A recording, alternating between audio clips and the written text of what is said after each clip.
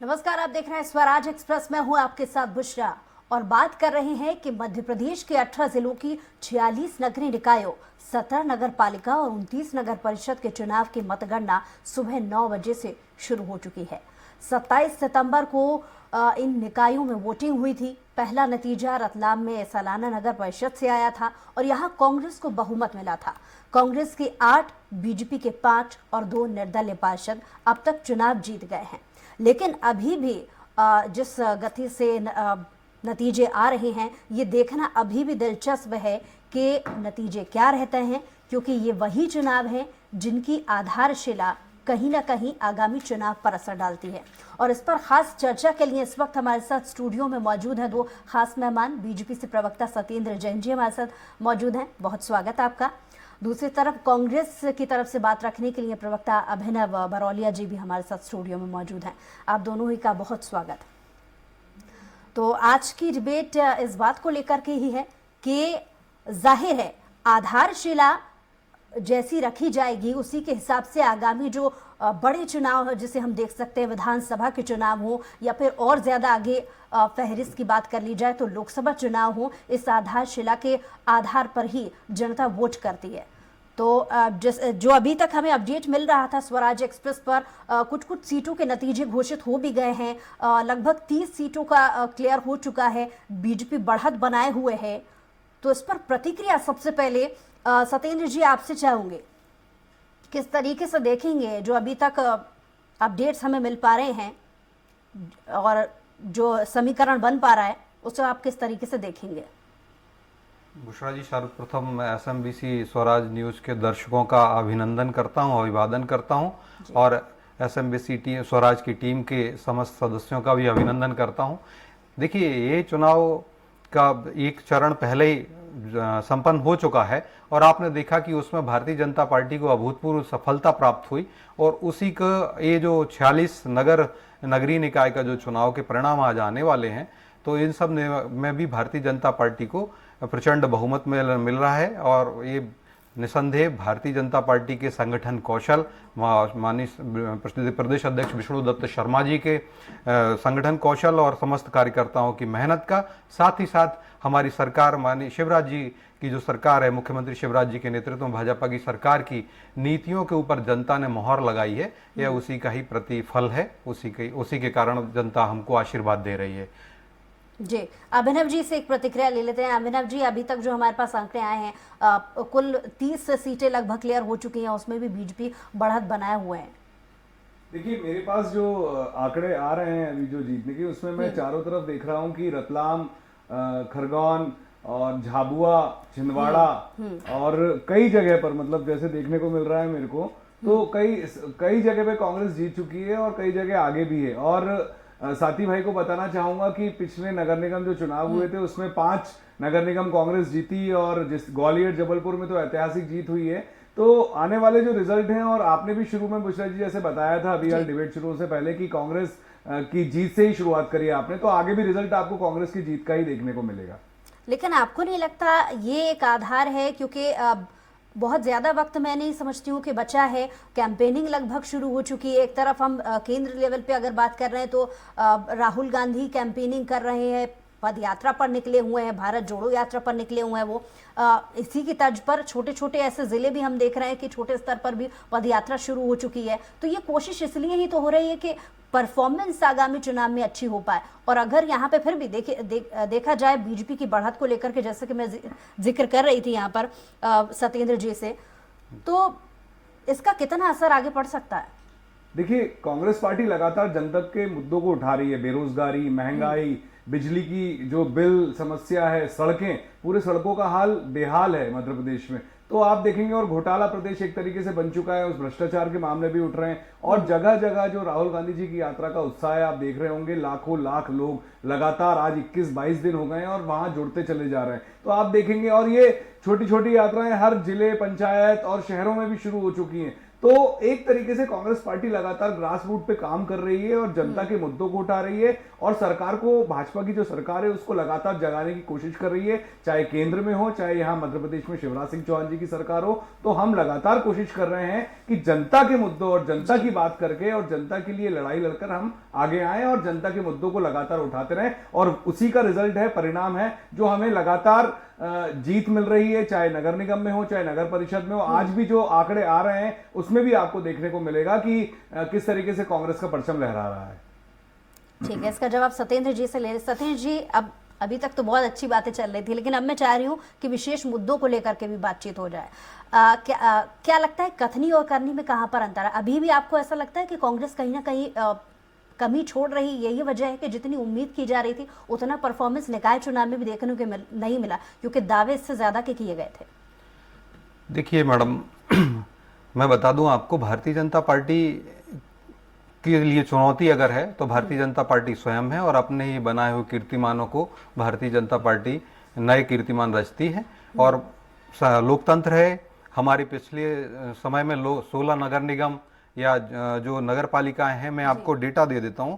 हाँ, आप ये कह सकते हैं कि हमारे महापौर जरूर नहीं जीते नगर निगम में, लेकिन पूरा अगर नगर निगम की बात करें तो 9 नगर निगम में भारतीय जनता पार्टी के महापौर बने, और 14 नगर निगम में परिषद अध्यक्ष भी हमारे भारतीय जनता पार्टी के हैं। इसी प्रकार से अगर पार्षदों की बात करें तो 16 नगर निगम में 884 पार्षद होते हैं, जिसमें लगभग 500 पार्षद भारतीय जनता पार्टी के हैं और कांग्रेस से दोगुने हैं हमारे पार्षद। और वोट शेयर की बात करें तो 55% के आसपास का वोट शेयर हमको नगर निगम में मिला। नगर परिषद की बात करें तो नगर परिषद में हमारे पास जो 231 नगर परिषद के अंदर भारतीय जनता पार्टी के विजय श्री प्राप्त हुई है, 255 में से, जो पहले के चरण में अभी हुआ, और 2002 पार्षद भारतीय जनता पार्टी को मिले हैं, जबकि 3828 पार्षद ही टोटल थे। तो कांग्रेस के 1000 पार्षद हैं, कांग्रेस से लगभग दोगुने पार्षद भारतीय जनता पार्टी के हैं। और वोट शेयर भी हमारा यहाँ नगर परिषद के अंदर 50% का है। और आप देखिए जो हमारा 2014 में जो सफलता का प्रतिशत था वह 58% था। आज की इस वर्तमान समय में हमें 91% से अधिक सफलता प्राप्त हुई है। स्वराज एक्सप्रेस पहले दिखा चुका है अपने दर्शकों को। मेरा सवाल सीधा यही है कि कथनी और करनी में कितना अंतर है? देखिए, दावों को लेकर के मैं बात कर रही हूँ, जवाब भी यही चाह रही थी, क्योंकि हम मीडिया एनालिसिस के हिसाब से बात कर रहे हैं। कथनी पे आपने बोला, देखिए रुकिए, मेरा है, रोक, मेरे बात हो जाने दीजिए। आपने कथनी करनी, तो कथनी करनी तभी झलकती है ना। हमारी कथनी और करनी में कहीं पे भी कोई अंतर नहीं है, कोई विरोधाभास नहीं है। उसके कारण ये 90% से ज्यादा की सफलता मिली। और ये मैंने आपको डेटा दिया है, ऐसे नगर पालिका का डेटा आप देख लीजिए। और 23,000 ग्राम पंचायत हैं, उनके सरपंच अगर देखिए तो 20,000 से ज्यादा सरपंच भारतीय जनता पार्टी समर्थित। तो ये कहीं ना कहीं भाजपा, और जो बात कही मेरे मित्र हैं, बुद्धिमान प्रवक्ता हैं कांग्रेस के, विषय उठा रहे हैं, अच्छी बात है। लेकिन आप देखिए आज बेरोजगारी है, तो बेरोजगारी कांग्रेस के अंदर ज्यादा है, क्योंकि कांग्रेस के सारे लोग पूछने वाली हूँ। देखिए, कांग्रेस टूटती जा रही है हर जगह, कांग्रेस के नेता बेरोजगार हो रहे हैं, दूसरे दलों में जा रहे हैं। सुन लीजिए, पहले देखिए, कोई भी चुनाव होने से पहले जनता के बीच में जो चीज जाती है वो होते हैं मुद्दे। आपसे भी ये सवाल पूछा जाएगा, लेकिन अभी अभिनव जी, मैं आपसे जवाब चाह रही हूँ कि मुद्दे कौन से ऐसे रहे, जैसे कि अभी सत्येंद्र जी जिक्र कर रहे थे कि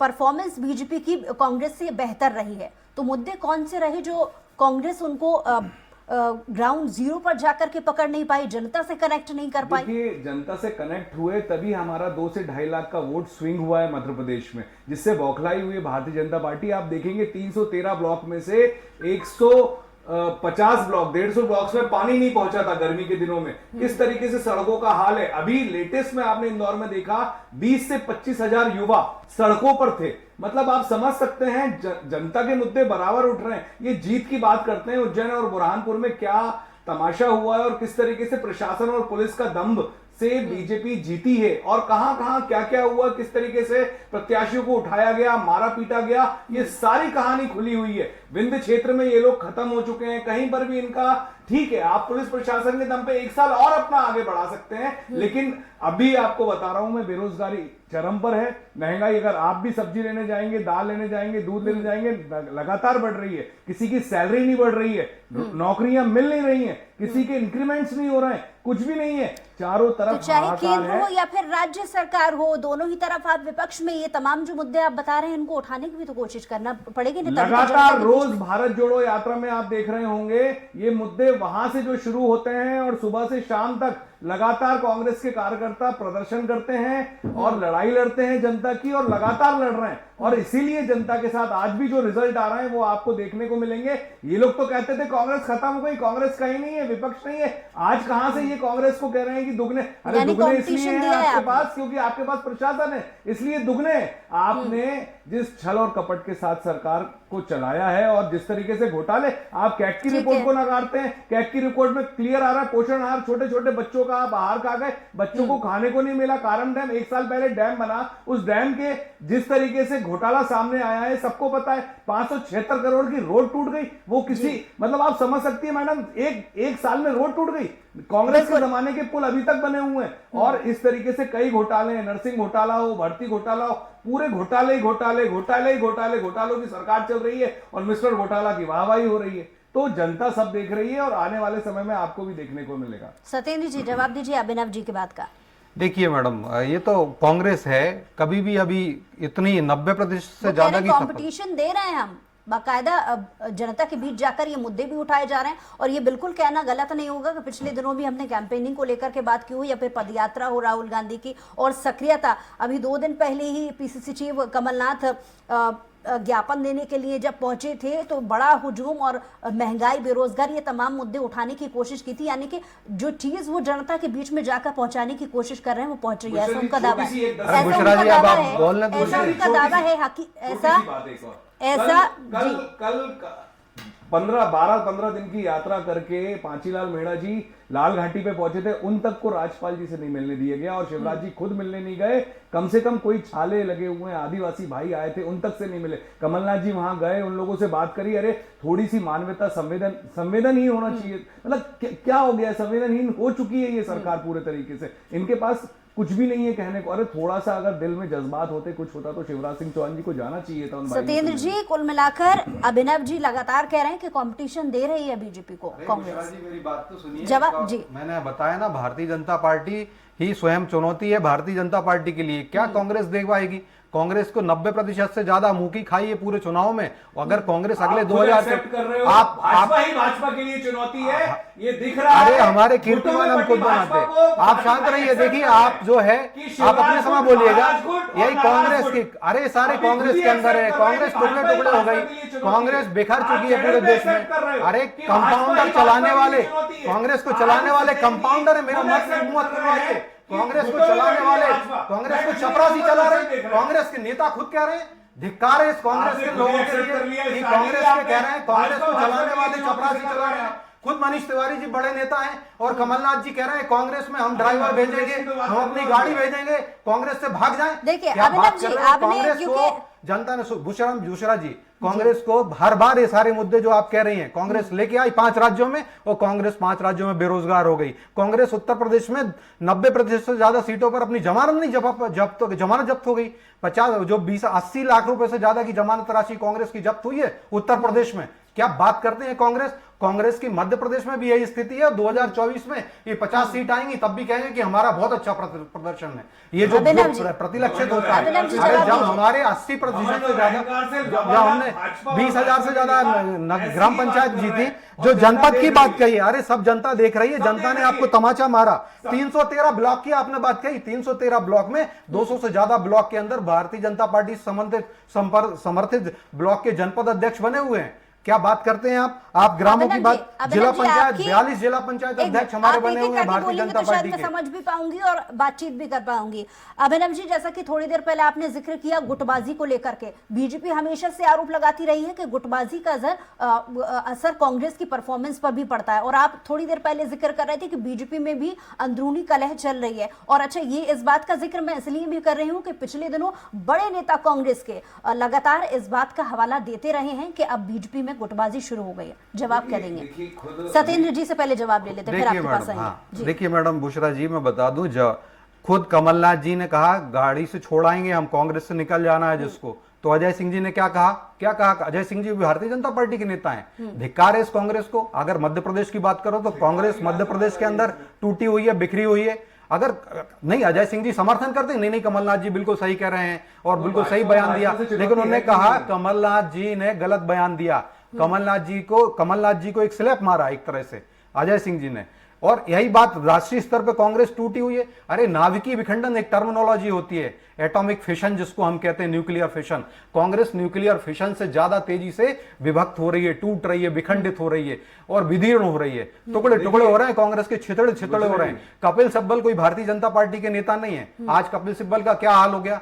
क्यों सुनील जाखड़ चले गए? क्यों हार्दिक पटेल गुजरात के, हर जगह देखिए कांग्रेस चित्र। और कांग्रेस की ऐसी हालत है, इस देश के दिल के टुकड़े हजार हुए, कोई उधर गिरा उधर गिरा।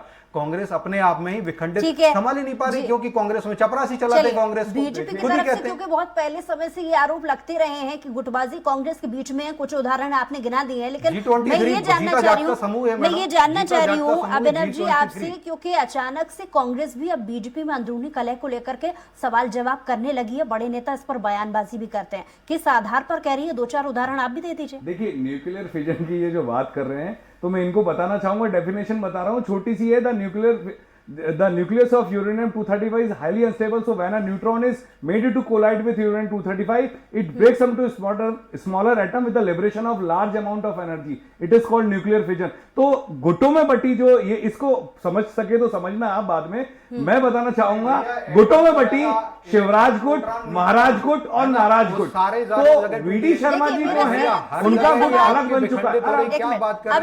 अभिनव जी एक मिनट, और आप बताइए, आजादी के इतिहास, आजादी के बाद से कांग्रेस, बुशरा जी, आजादी के बाद से कांग्रेस का इतिहास उठा लीजिए, आप अपने पीसीआर से कह दीजिए, वो आपको दे देगा। हमारा लोकतंत्र 150 से ज्यादा कांग्रेस टूटी है, और लोकतांत्रिक तरीके से हम लोग पार्टी चलाते हैं और देश भी चलाते हैं। हर जगह ये तानाशाही वाली बातें अब देखो टूटी हुई है, बोलने हर जगह। कामराज कहां से निकले थे? अब न्यूक्लियर फिजन की डेफिनेशन बता दी तो समझ में नहीं आ रहा आपको। जो परमाणु टूट रहा है, परमाणु के अंदर जो टूटे, उससे भी ज्यादा तेजी से कांग्रेस टूट रही है। अभिनव जी, जो सवाल मैंने आपसे पूछा था उसका जवाब बहुत बढ़िया मान रहे हो, बहुत अच्छी बात है। सत्येंद्र जी, मैं आपके पास लौटूंगी। मैंने तो बोलने दिया था, देखो अब ये बड़ी बात मैंने सिर्फ डेफिनेशन बोली और इनको बताया। आप एक-एक करके बोलेंगे तो मैं सुन पाऊंगी। देखिए बुशरा जी, लेकिन मैंने परंपरा निभाई थी। अरे अभिनव जी ने मेरे समय में, मैंने तो अपनी बात अभिनव नहीं अभिनव जी, आपने मेरे समय में मेरे समय में इंटरफेरेंस किया था।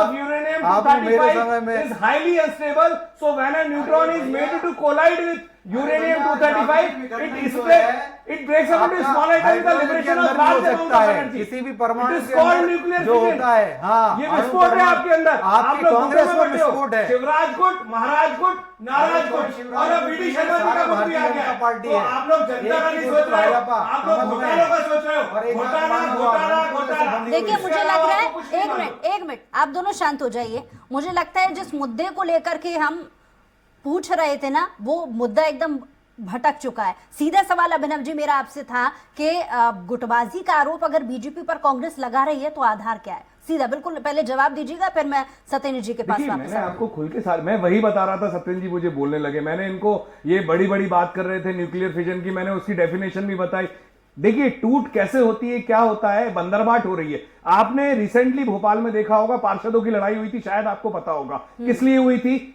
हमें ये विभाग चाहिए, हमें ये छोटे छोटे पार्षद, उन लोगों में जब निचले स्तर पे बंदरबाट हो रही है भ्रष्टाचार करने के लिए कि हमें ये वाला डिबेट जिसमें पैसा ज्यादा आया हमारे पास, मतलब जनता परेशान रहे। इनके पास फरवरी मार्च तक का पैसा नहीं है। रोडें आप देखेंगी ना, आप भी घर से निकलेंगी तो सब टूटी पड़ी हुई हैं, धूल उड़ रही है, लोग बीमार हो रहे हैं, खास रहे हैं। उसकी चिंता नहीं है, बंदरबाट की चिंता है। बंदरबाट यहां से शुरू होती है और कहते हैं जनता के साथ है हम। अरे प्रशासन साथ है आपके।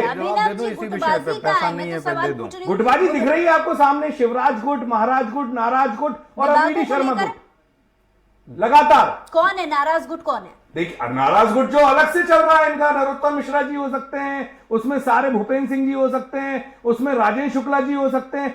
जितने लोग हैं ऐसे बड़े बड़े नेता हैं जो कुछ नहीं कर पा रहे हैं। सिंधिया जी भी यहां पर अपना गुट बना के बैठे हुए हैं। शिवराज जी भी बैठे हैं, तो ये समझने वाली बात है। गुटों ठीक है, से उनकी पार्टी में गुटबाजी चल रही है कि नहीं, ये सत्येंद्र जी जवाब दे देंगे। सत्येंद्र जी, देखिए, भारतीय जनता पार्टी में आपने देखा कि किसी ने बयान दिया हो कि हमारी पार्टी को चपरासी चला रहे हैं, कि हमारी पार्टी को नहीं आप अरे अब देखिए, अब यही तो बात है। भोपाल राजधानी में झगड़ा हुआ था, क्या था वो? अरे अब आप शांत रहिए, मैं जवाब दे देता कैसी बातें कर रहे हूँ। हैं? अरे जवाब दे देता हूँ भैया। आपको पता है, आज का अखबार पढ़ लीजिए आप, उसमें लिखा है 1.5 करोड़ की पेनल्टी लगाई टाटा प्रोजेक्ट करके कंपनी के ऊपर। किसने लगाई? नगर निगम ने। अगर रोड के अंदर खराब हुआ है तो ऐसा नहीं है। ये सरकार जो है हमारी भाजपा की शिवराज सरकार 21,000 करोड़ दे रही है नगरोदय के लिए, मिशन नगरोदय रखा है, और उसके अंदर पूरा पैसा है। हर जगह विकास की जो गंगा बहाई है वो दिखती है, नर्मदा बहाई है वो दिखती है। और आप जो बात आपने कही, सारे विभाग हमने समझाया, उन हमारे यहाँ जो बात आई थी उनको बताया। एक व्यक्ति हमारे एक पार्षद जो है MIC में, उनको मिला। सुनिए, मैं बिल्कुल स्पष्टता से बता रहा हूँ। एक MIC के अंदर एक जो दिया, उनको बताया, उनको दिया था बजट आयोजना। और पता है, भोपाल का बजट लगभग 3,000 करोड़ से ज्यादा का बजट है। और वो ऑक्सीजन, जैसे शरीर के अंदर ऑक्सीजन का काम होता है ना, कि ऑक्सीजन नहीं होगी तो शरीर निष्प्राण हो जाएगा, ऐसे ही किसी भी संस्था के अंदर अगर धन नहीं होगा, वित्त नहीं होगा, तो वह संस्था निष्प्राण हो जाएगी। इतना बड़ा इंपॉर्टेंट जब हमने उनको बताया तो वो सब माने, उन्होंने कहा हाँ नहीं बिल्कुल सही मिला। इसी प्रकार से गरीबी उपशमन मंत्रालय जो विभाग MIC में दिया गया, उनको बताया कि गरीबी हमने 22% से गरीबी जो है 10% हो गई। ये वैश्विक IMF की रिपोर्ट है, वर्ल्ड बैंक की रिपोर्ट है। और उन्होंने वही इतना अच्छा विषय जो विभाग उनको मिला है, जब हमने उसकी महत्ता बताई, संगठन ने बताया और वो माने। देखिए, बात ये छोटी की कमी है, मैं रोकना चाहूंगी आपको, माफ कीजिए, मैं आपको रोकना चाहूंगी क्योंकि वक्त की कमी है। ये तमाम मुद्दे सुन लीजिए, ये तमाम मुद्दे मैंने इसलिए पूछने की कोशिश की थी क्योंकि जो अभी तक हम बात कर रहे थे, नगरीय निकाय के जो नतीजे अभी तक आ रहे हैं, कहीं ना कहीं इसको सीधे आगे की परफॉर्मेंस से जोड़कर देखा जाता है। तो इस परफॉर्मेंस को लेकर बहुत छोटा सा कॉमेंट अंत में अभिनव जी आपसे चाहूंगी, बहुत संक्षेप में जवाब दीजिएगा क्योंकि वक्त की कमी है। देखिए, मैं तो साफ साफ बोलना चाहता हूं, जनता के हितों की लड़ाई कांग्रेस पार्टी लड़ती है और लड़ती रहेगी। और ये आपको देखने को मिलेगा आपके चैनल पे। मैंने स्वराज एक्सप्रेस पे पूरा डिफाइन करके बताया कि किस तरीके से घोटाले, जनता के मुद्दे, बेरोजगारी, महंगाई, ये इतने बड़े बड़े मुद्दे हैं जिनसे ये बंदरबाट भी बताया आपको मैंने, भ्रष्टाचार किस तरीके से फैला हुआ है। तो भाजपा को इस पे सोचना चाहिए। और मेरा सजेशन है कि जनता का सोचो। जनता बहुत परेशान है, मंदी से जूझ रहे हैं। 15,000 करोड़ से ज्यादा का रोजगार के लिए दिया, वैश्विक मंदी से जूझ रहे हैं मेरे भाई। कल शिवराज जी गए, बहुत अच्छी बात है, वो नहीं मानेंगे मैडम, रहने दीजिए। शिवराज जी, हमने 30 करोड़ से ज्यादा रोजगार दिए। बेरोजगार हुई तो कांग्रेस बेरोजगार हुई है, और महंगाई के ऊपर चुनौती। चलिए, बहुत शुक्रिया हमारे साथ जुड़ने के लिए, अपनी बात को रखने के लिए। बेरोजगार हो गई। तो तमाम सारे ऐसे मुद्दे हैं, यही आधार बनता है आगामी चुनाव का। और जैसा कि पिछले निकाय चुनाव के नतीजे लगभग आने को ही हैं, इसमें जैसे नतीजे आए हैं, इसी को आधार मानकर कहीं ना कहीं आगामी चुनाव से इसको जोड़कर देखना गलत नहीं होगा। बहरहाल, चाहे वो बीजेपी हो या कांग्रेस हो, दोनों ही को इस वक्त जरूरत है जनता के बीच जाने की और अपने मुद्दे वहां तक पहुंचाने की। इस चर्चा में आज के लिए इतना ही।